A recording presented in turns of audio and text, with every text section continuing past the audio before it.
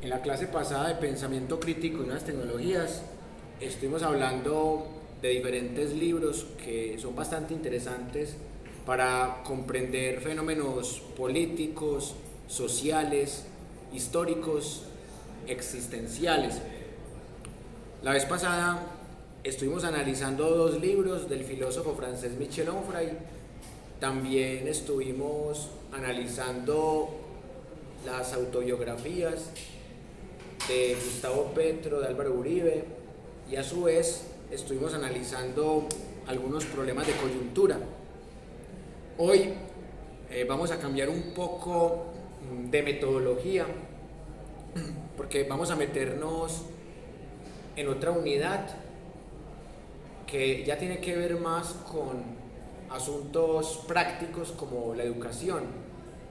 Entonces, hay una serie de libros que quiero que analicemos en esta tarde, pero antes de entrar en análisis, quiero contarles una anécdota de algo que sucedió ayer en la biblioteca de la Floresta. Estamos haciendo un conversatorio sobre el panorama político y colombiano tras la presidencia de Gustavo Petro, que empezará el próximo 7 de agosto. Estamos hablando desde enfoques comunicativos, de marketing político, de coyuntura, de historia, de agendas. Entonces, considero que no hubo una buena moderación en ese espacio por los argumentos que voy a exponerles. Cuando se hace un conversatorio, usualmente hay un moderador que se sienta al mismo lado del panelista. Y cuando son varios panelistas, el moderador se sienta en la mitad, el moderador también tiene micrófono. Y antes de empezar la charla y antes de que llegue el público, el moderador le dice a los panelistas: vea, usted habla 5 minutos, usted habla 5 minutos, tenemos media hora para preguntas del público, ustedes pueden exponer una hora, media hora para cada uno. Pero ayer no se hizo nada de eso. Ahí se empezó mal. Y yo al principio no le di mucho problema, porque yo, bueno, que fluya. Y entonces traté de cronometrar mi tiempo para no pasarme mucho. Entonces, en mi primera intervención hablé más o menos 6 minutos. Y la compañera que estaba orientando el conversatorio conmigo habló como 8 minutos. Entonces dije, bueno, entonces yo también puedo hablar 8 minutos como mínimo. Hasta ahí todo normal. Pero en el público había unos señores muy participativos y eso está muy bien.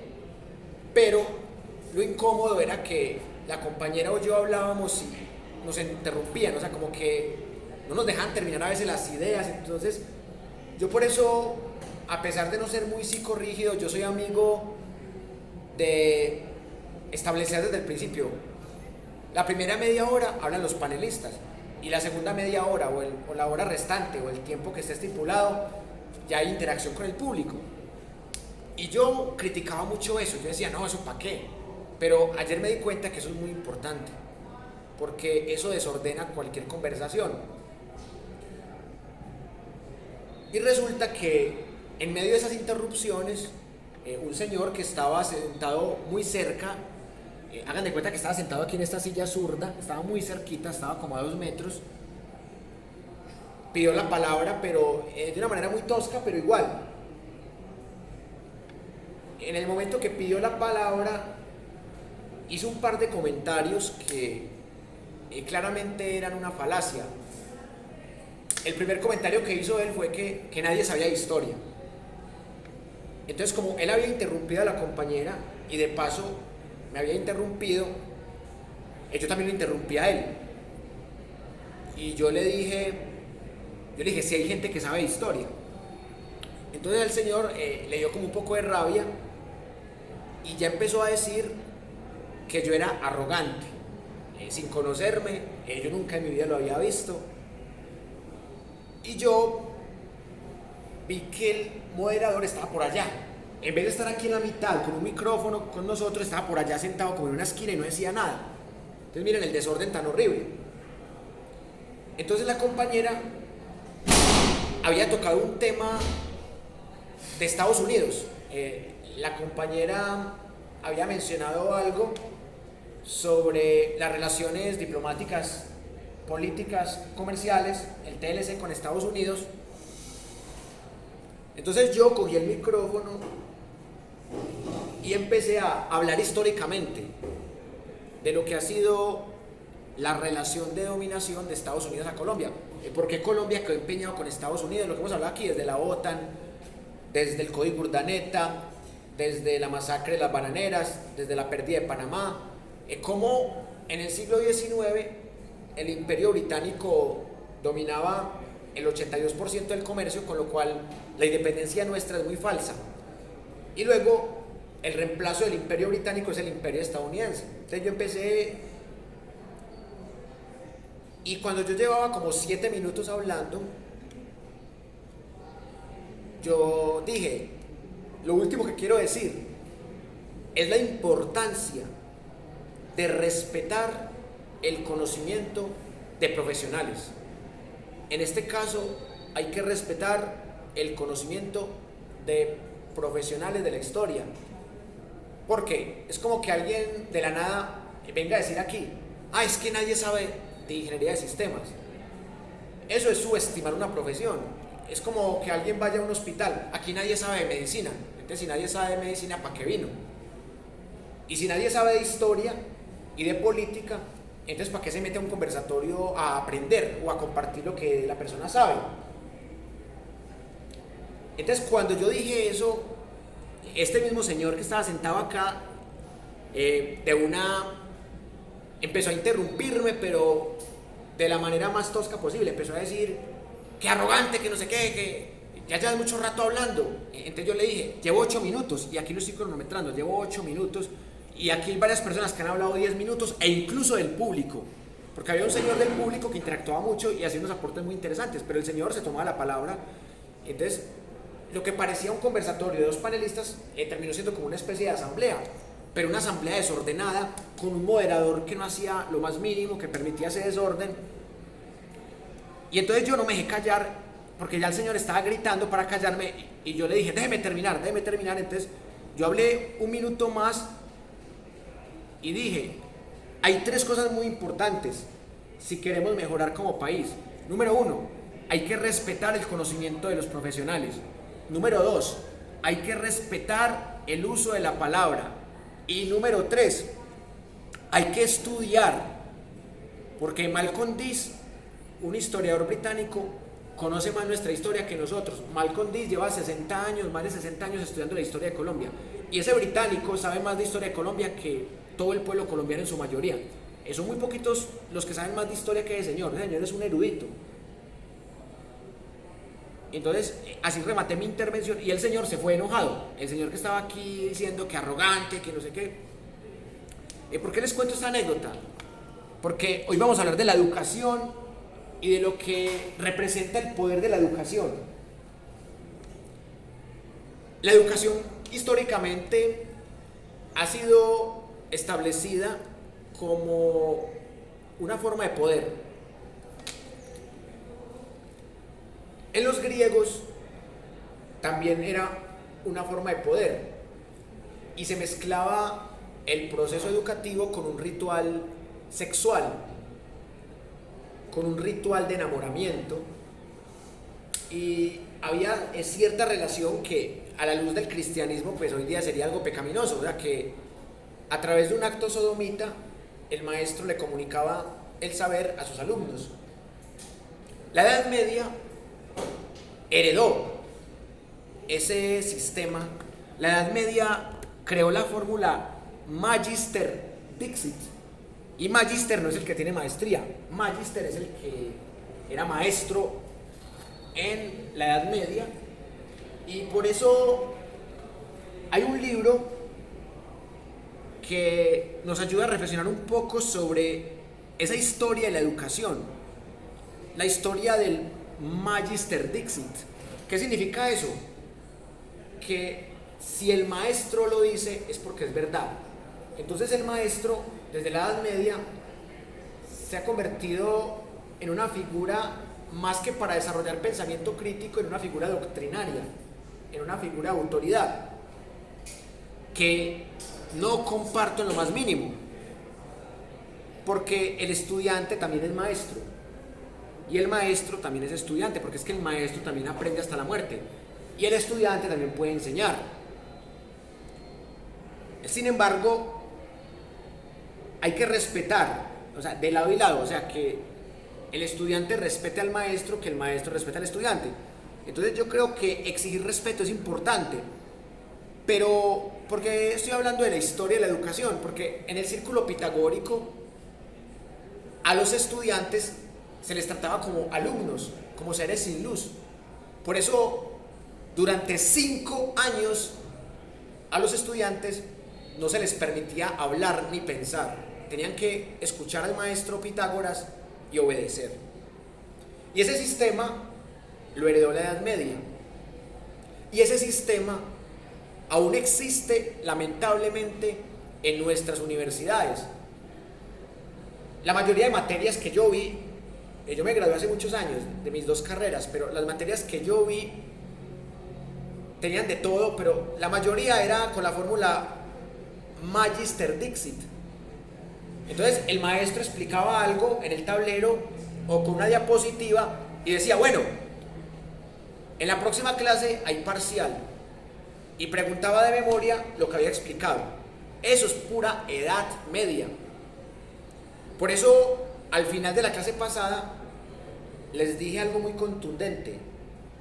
Ser innovador en temas educativos es muy difícil, pero se puede intentar. Y una forma de ser innovador es tumbar esquemas. Y la mejor manera de tumbar esquemas es tumbarlos desde adentro, como si fuera un virus, una bacteria. Como diría Michel Foucault, atacar el sistema desde adentro. Y hay sistemas que no funcionan, y sobre todo en ciertas áreas del conocimiento. En las humanidades, en las ciencias sociales, el sistema numérico no funciona, porque a excepción de algunas clases de lógica, en las humanidades no hay un conocimiento exacto, ni mucho menos absoluto. Yo no puedo decir que en Colombia nadie sabe de historia, porque nadie es un pronombre cuantitativo que equivale a 0. Es como que ustedes digan en matemáticas discretas 0. No. Alguien tiene que saber de historia, porque hay gente que ha estudiado eso toda la vida. Alguna cosita tienen que saber, o sea, por muy pequeña que sea. Pero volvamos otra vez a Michel Onfray, que lo estudiamos la clase pasada. Eso es lo que critica Michel Onfray del sistema educativo, que es un sistema religioso en el peor sentido de la palabra, fanático, doctrinario, en donde no tratan de formar sujetos políticos, sujetos críticos, sino que tratan de formar objetos obedientes, robots obedientes. Y por eso la clase pasada estudiamos esos 2 libros de Michel Onfray, porque él fue uno de los creadores en Francia de un nuevo sistema educativo que rompiera realmente paradigmas. Y hay otros 2 filósofos franceses que han hecho algo similar desde 1990, Gilles Deleuze y Félix Guattari, que en un libro que se llama Tratado de Nomadología, no se llama Tratado de Ateología, sino de Nomadología, inventan un concepto muy interesante que se llama universidad nómada. ¿Qué significa la universidad nómada? Significa universidad libre, universidad alternativa, universidad crítica, universidad en movimiento, porque nuestras universidades del Estado o privadas son raquíticas, están siempre en un lugar, en Robledo o allí en Medicina o aquí. La universidad nómada está en cualquier parte, en una vereda, en un barrio pobre, en una casa, en un bar, en un burdel. La universidad nómada está en todas partes, o sea, no es un dios, pero está en todas partes. Por eso es nómada.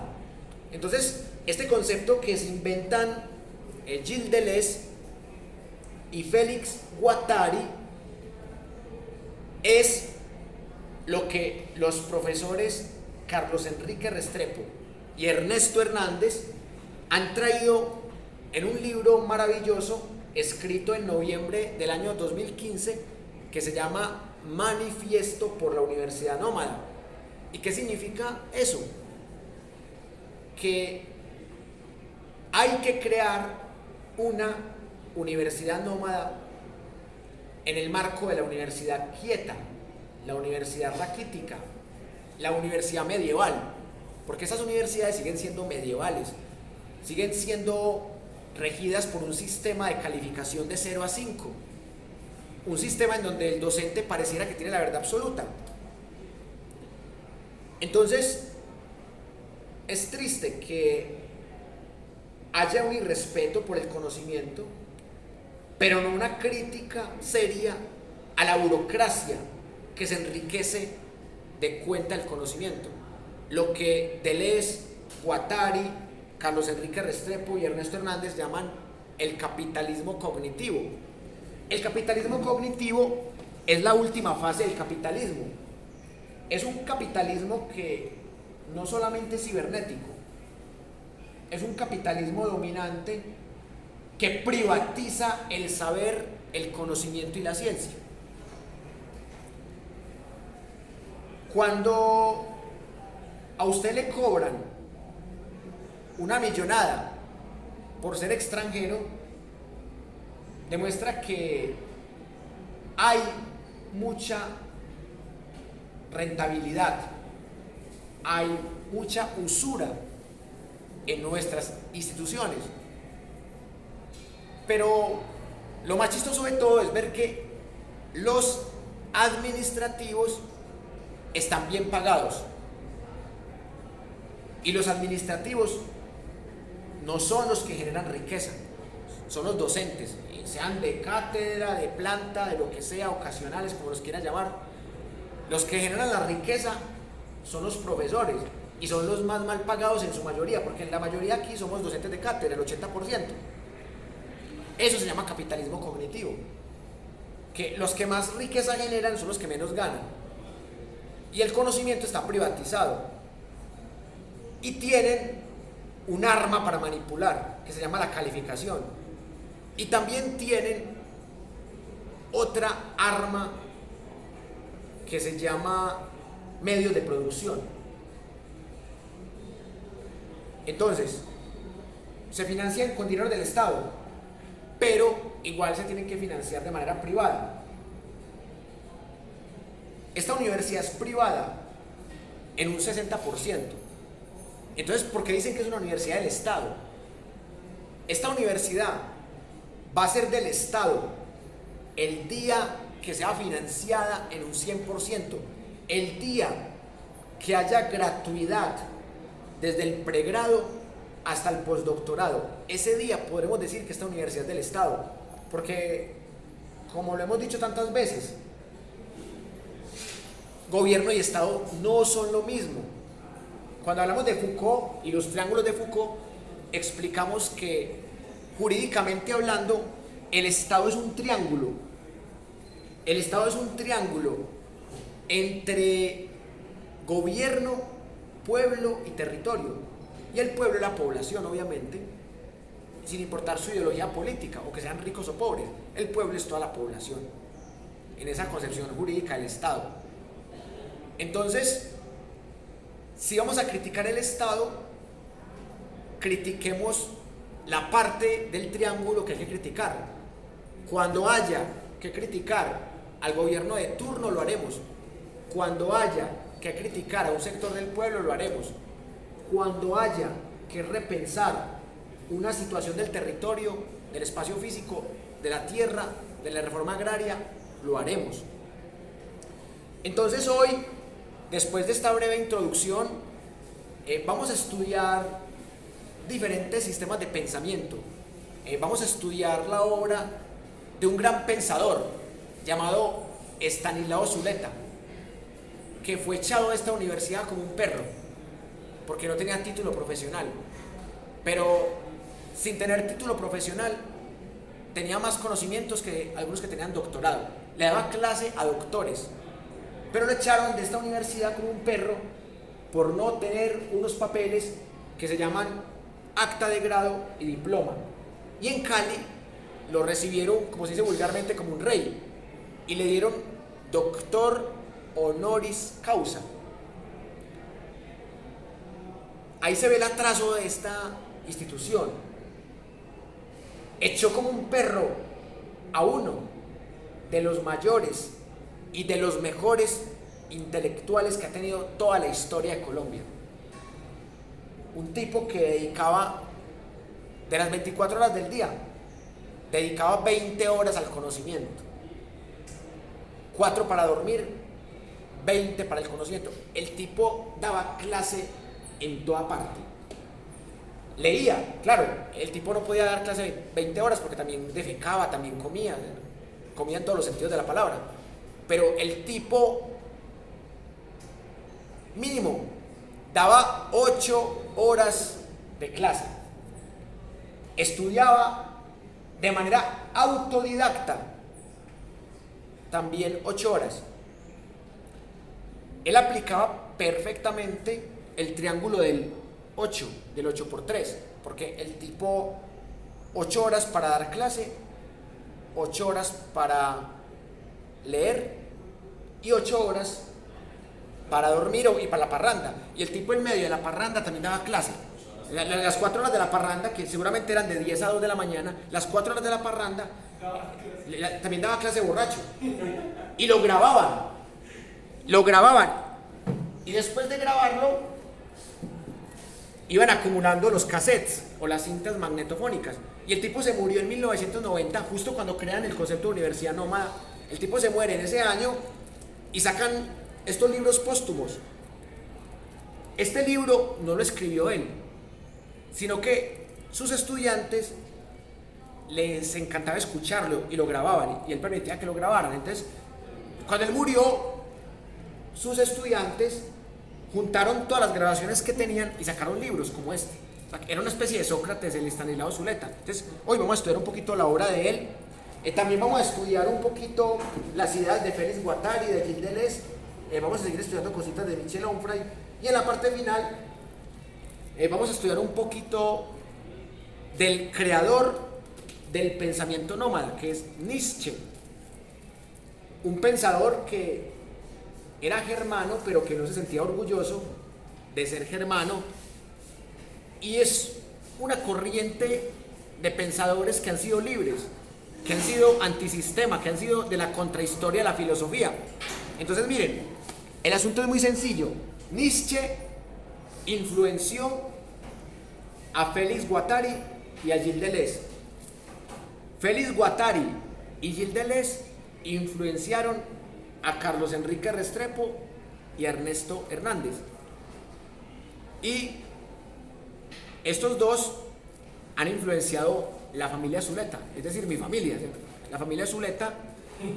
Al fin y al cabo venimos también de Estanislao Zuleta, en el sentido de que alguna relación sanguínea, algún gen tenemos que tener de Estanislao Zuleta, alguno.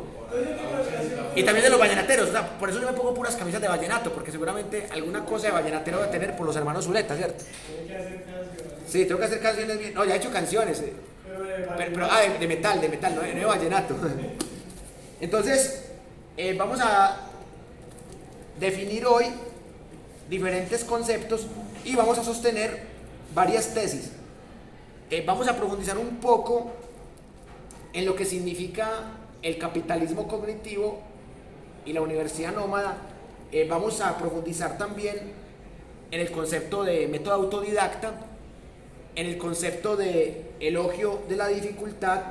También vamos a profundizar un poco en el concepto de democracia, en el concepto de lógica y de crítica, en el sentido del señor Estanislao Zuleta.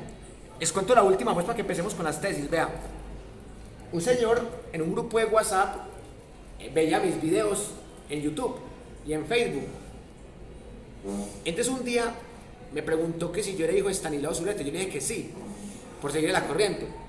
Y entonces el señor fue y averiguó con toda la familia de Estanislao. Y después llegó todo enojado. Es que impostor, usted no es hijo de Estanislao Zuleta.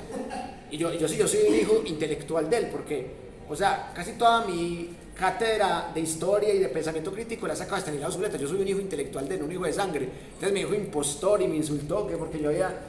Él dijo, ¿usted es hijo de Estanislao? Y yo, claro que soy hijo de él, así como soy hijo de Foucault, de Onfray, de Nietzsche, de Deleuze, de Guattari. O sea, yo soy hijo de todos los pensadores que me influencien. Entonces, o sea, ellos creen que es que el único hijo es el hijo sanguíneo. Existen hijos y existen padres intelectuales. Cada quien tiene, por ejemplo, alguien que haga parte de una iglesia evangélica, pues su padre es un pastor. O alguien que sea muy católico y que vaya a misa, su padre es el padre, el cura, padre. Entonces me da mucha risa el escándalo que armó ese cucho, pero bueno, son cosas que quedan como para contarle a los hijos y a los nietos. Y ya en el segundo bloque vamos a empezar con las tesis.